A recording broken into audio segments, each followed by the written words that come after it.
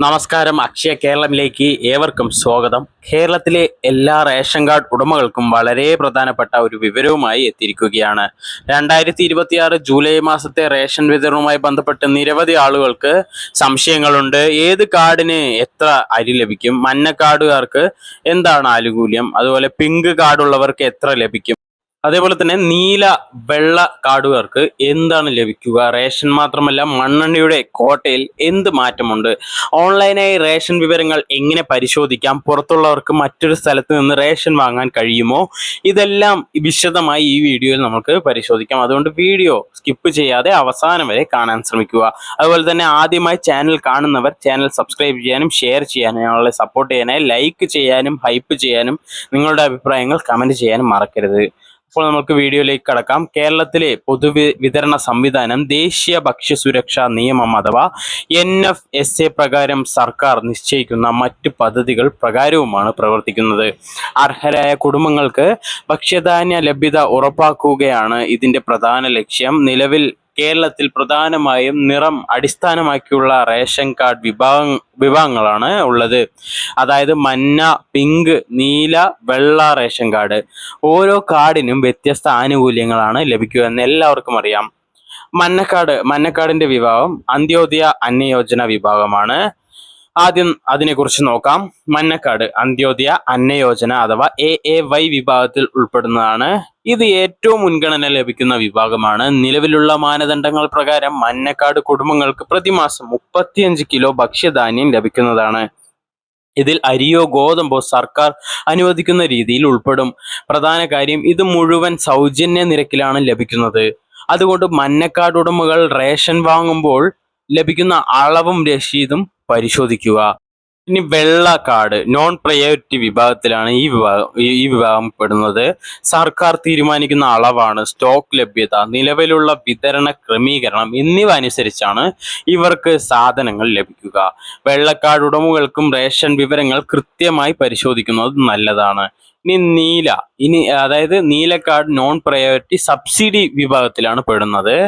APL card എന്നെല്ലാം അറിയപ്പെടുന്ന ഒരു വിഭാഗമാണ്. APL വെള്ള നീല കാർഡെല്ലാം അതിൽ ഉൾപ്പെടും.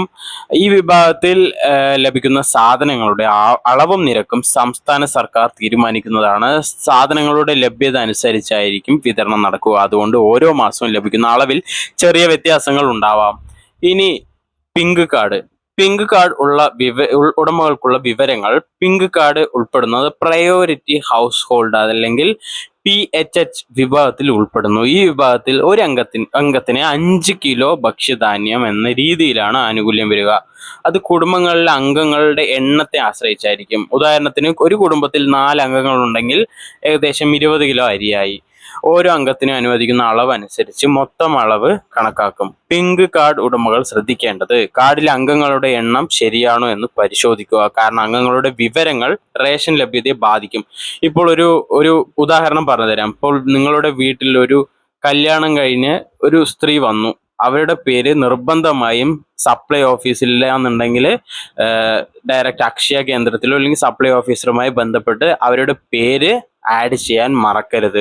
ഇത് പ്രധാനപ്പെട്ട വിവരമാണ്. ഇത് ഒരുപാട് പേര് ചെയ്യാൻ വിടുന്നുണ്ട്. അതുകൊണ്ട് നിങ്ങൾക്ക് നഷ്ടമാവുന്നത് നിങ്ങളുടെ ആനുകൂല്യമാണെന്ന് നിങ്ങൾ മനസ്സിലാക്കണം.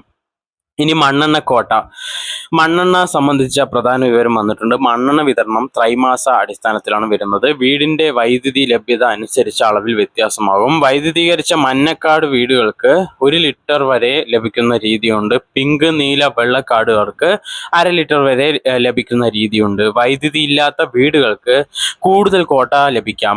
ജൂലൈ മാസം മുതൽ ത്രൈമാസ കാലയളവിന്റെ തുടക്കമായതിനാൽ കോട്ട അനുസരിച്ചായിരിക്കും വിതരണം ചെയ്യുക. ഇനി അടുത്ത കാര്യം, റേഷൻ വിവരങ്ങൾ ഓൺലൈനായി എങ്ങനെ പരിശോധിക്കാം എന്നുള്ളതാണ്.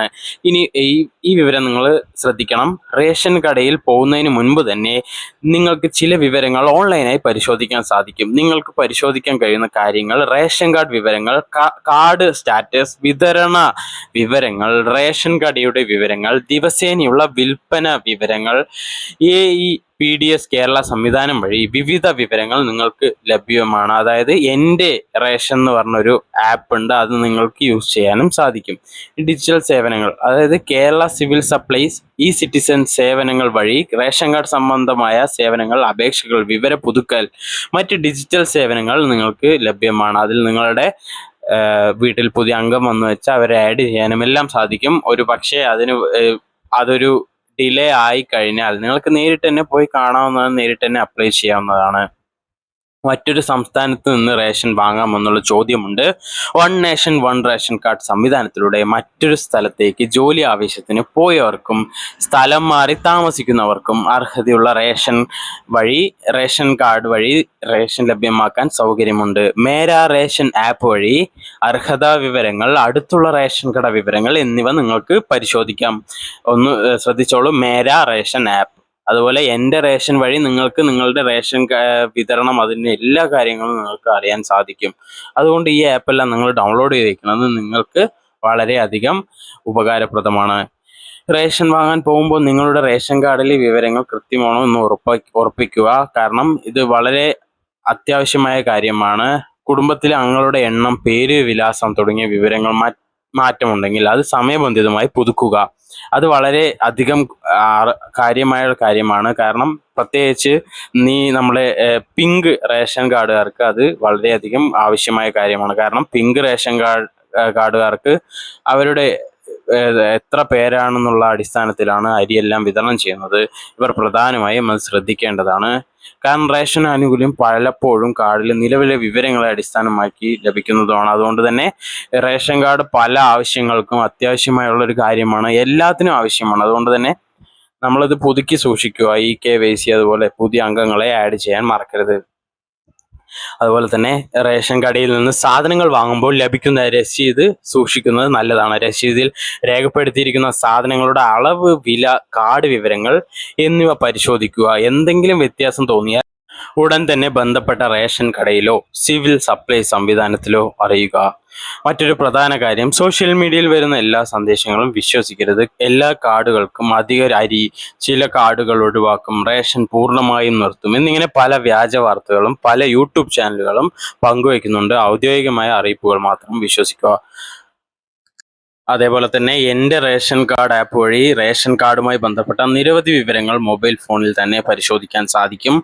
റേഷൻ കാർഡ് വിവരങ്ങൾ അറിയാൻ ഇനി എല്ലായ്പ്പോഴും ഓഫീസുകളിൽ പോയി ഇറങ്ങേണ്ട സാഹചര്യം കുറയുകയാണ് ഡിജിറ്റൽ സേവനങ്ങളുടെ ഈ ലക്ഷ്യം.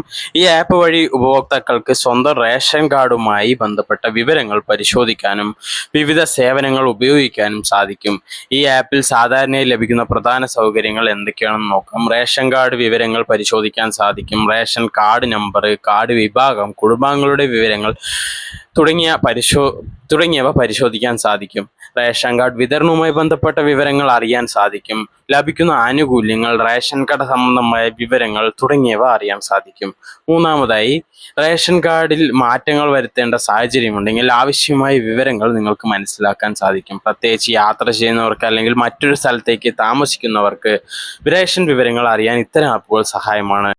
ഇത് കേരള ഗവൺമെൻറ്റിൻ്റെ ആപ്പാണ്. അതുപോലെ തന്നെ നിങ്ങൾക്ക് ഡിജി ലോക്കർ യൂസ് ചെയ്യാവുന്നതാണ്. ഡിജി ലോക്കർ വഴി നിങ്ങളുടെ റേഷൻ കാർഡ് അതിൽ സ്റ്റോർ ചെയ്ത് വെക്കാൻ സാധിക്കും. ഒരു പക്ഷേ നിങ്ങൾ റേഷൻ കാർഡ് എടുക്കാൻ മറന്നു എന്ന് പറഞ്ഞാൽ നിങ്ങൾക്ക് സപ്ലൈകോയിലെല്ലാം നിങ്ങൾക്ക് ഈ ഒരു ഡിജി ലോക്കർ കാണിച്ചാൽ മതി, നിങ്ങൾക്ക് അരി ലഭിക്കുന്നതായിരിക്കും, റേഷൻ കാർഡ് ഇല്ല എന്നുണ്ടെങ്കിൽ പോലും. അപ്പോൾ എൻ്റെ റേഷൻ കാർഡ് ആപ്പ്, അതുപോലെ ഡിജി ലോക്കർ, പിന്നെ നമ്മളെ വിതരണവുമായി സംബന്ധിച്ച എല്ലാ കാര്യങ്ങളും നമ്മളിവിടെ പരിശോധിച്ചു. നിങ്ങളുടെ റേഷൻ കാർഡ് വിവരങ്ങൾ കൃത്യമായി സൂക്ഷിക്കുക. സർക്കാർ ഡിജിറ്റൽ സേവനങ്ങൾ പ്രയോജനപ്പെടുത്തുക. ഇത്തരം പ്രധാന സർക്കാർ അപ്ഡേറ്റുകൾക്കായി ചാനൽ സബ്സ്ക്രൈബ് ചെയ്യാനും മറ്റുള്ളവർക്ക് ഷെയർ ചെയ്യാനും ഹൈപ്പ് ചെയ്യാനും ലൈക്ക് ചെയ്യാനും മറക്കരുത്. വീണ്ടും ഒരു വീഡിയോയുമായി കാണാം. നന്ദി, നമസ്കാരം.